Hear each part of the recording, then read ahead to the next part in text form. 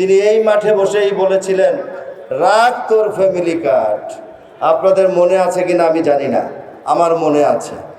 তুচ্ছ তাচ্ছল্য করে অনেক কথাগুলো বলেছিলেন।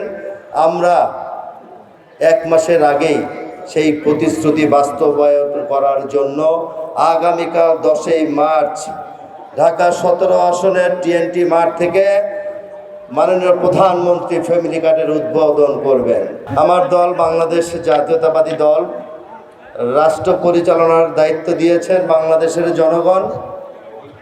আমি আগেও নির্বাচনের আগে বলেছিলাম যে জনগণ যদি বিএনপিকে রাষ্ট্র পরিচালনার দায়িত্ব দেয়, বিএনপি জনগণের পাশে থেকে জনগণের সেবা করার জন্য আমরা যে কোনো সময় প্রস্তুত আছি।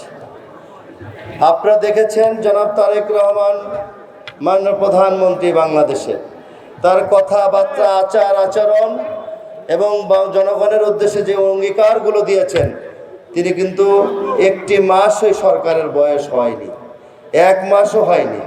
এই 1 মাসের মধ্যে অনেকগুলো প্রকল্প তিনি প্রতিশ্রুতি যেগুলো দিয়েছেন, অনেকগুলো তিনি কিন্তু বাস্তবায়িত করেছেন। ইতিহাসের নজির, তিনি সর্বপ্রথম যে অঙ্গীকার করেছেন, গরিব এবং অর্থনৈতিকভাবে যারা অসচ্ছল তাদেরকে আমরা একটি করে ফ্যামিলি কার্ড দিব। এই ফ্যামিলি কার্ড যখন ঘোষণা দিলেন মাননীয় প্রধানমন্ত্রী জনাব তারেক রহমান, এটা বিশেষ রাজনৈতিক দলের একজন নেতা, তিনি এই মাঠে বসেই বলেছিলেন, রাখ তোর ফ্যামিলি কার্ড।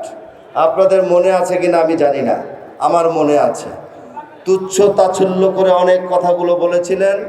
আমরা 1 মাসের আগেই সেই প্রতিশ্রুতি বাস্তবায়ন করার জন্য আগামীকাল 10ই মার্চ ঢাকা 17 আসনের টিএনটি মাঠ থেকে মাননীয় প্রধানমন্ত্রী ফ্যামিলি কার্ডের উদ্বোধন করবেন।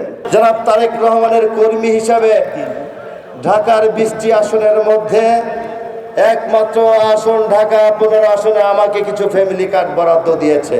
আলহামদুলিল্লাহ, আল্লাহ রাব্বুল আলামিনের কাছে শুকরিয়া আদায় করি। জনাব তারেক রহমান মাননীয় প্রধানমন্ত্রীর সকাল 10টায় টিএনটি মাঠে উদ্বোধনের পরে 12:30টায় ঢাকা 15 আসনের 4 নম্বর ওয়ার্ডের কমিউনিটি সেন্টার থেকে ঢাকা সিটি কর্পোরেশনের দায়িত্বপ্রাপ্ত প্রশাসক হিসাবে ঢাকা 15 আসনের ফ্যামিলি কার্ড মাননীয় প্রধানমন্ত্রী আমাকে নির্দেশ দিয়েছে, তুমি উদ্বোধন করবা। আপনারা সকলে আমন্ত্রিত, আপনারা থাকবেন 4 নম্বর ওয়ার্ড কমিউনিটি সেন্টারে। আমরা আমাদের দেওয়া অঙ্গীকার, দেওয়া প্রতিশ্রুতি রব্বুল আলামিনের কাছে সাক্ষী রেখে বলি, প্রতিটি কাজ আমরা ইনশাআল্লাহ বাস্তবায়ন করব ইনশাআল্লাহ। আমরা কারো কাছে মিথ্যা বানোয়াট ভোট যুদ্ধে জেতার জন্য যে সমস্ত নাজায়েজ কথাবার্তা বলা, সেগুলো থেকে আমরা বিতাড়িত থাকব। আমি সিটি কর্পোরেশনের দায়িত্ব পেয়েছি। সিটি কর্পোরেশনের 54টি ওয়ার্ড, 26টি থানা দায়িত্ব গ্রহণ করে আমি আমার সিটি কর্পোরেশনের সাধ্য যতটুকু আছে সেই সাধ্য মতো আমি আমার জনগণের পাশে থেকে আমি তাদেরকে উন্নয়ন, মশা মাছি, বস্ত্র ব্যবস্থা, জলবাদ্য ব্যবস্থা যতটুকু আমার করণীয় আমি সেটা করে যাব। আপনারা আমাকে সহযোগিতা করবেন। যে কোনো সমস্যা আমি আপনাদের পাশে থেকে আপনারা যদি আমাকে জানান, আমি অগ্রাধিকার ভিত্তিতে সেগুলোকে আমি সমাধান করার চেষ্টা করব। আমার নৈতিক জায়গা থেকে আমি মনে করি একজন রাজনৈতিক কর্মী হিসাবে সামাজিক সকল কাজগুলো এলাকার মুরব্বিয়ান, গণ্যমান্য ব্যক্তিবর্গের সাথে আলাপ আলোচনার মধ্য দিয়ে সেগুলোকে সমাধান করা উচিত। আমি আপনাদের কাছে কৃতজ্ঞ আছি, ভবিষ্যতেও থাকব।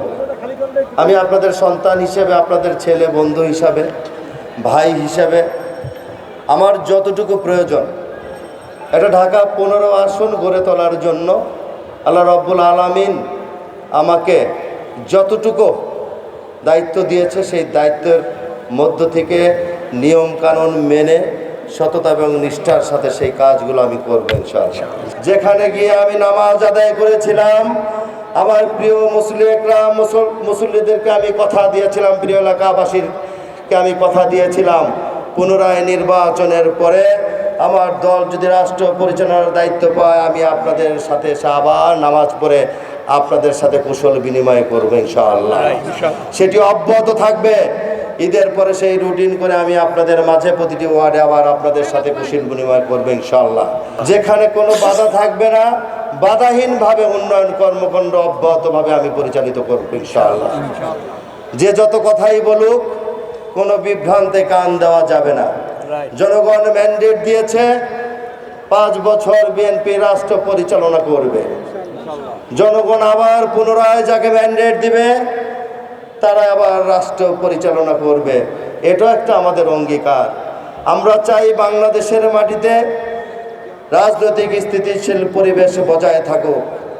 কেউ অগণতান্ত্রিকভাবে যাতে এই বাংলাদেশের ভৌগোলিক অবস্থানকে অস্থিতিশীল করতে না পারে, সেদিকে আমাদের সকলের সজাগ থাকতে হবে।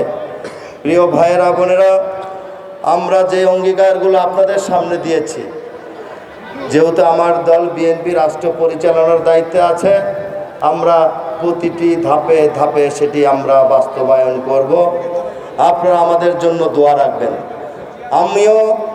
আমরা আমার পরিবারের পক্ষ থেকে আমি নির্বাচনের আগেও বলেছি, এখনও বলছি, আমি এবং আমার পরিবার আপনাদের পাশে এখনো আছে, ভবিষ্যতেও থাকবে ইনশাআল্লাহ। আপনারা কখনোই মনে করবেন না যে আমি ঢাকা 15 আসন থেকে অনেক দূরে হয়তো বা সরে গেছি। এই বিষয়টি কখনো আপনারা ভাববেন না।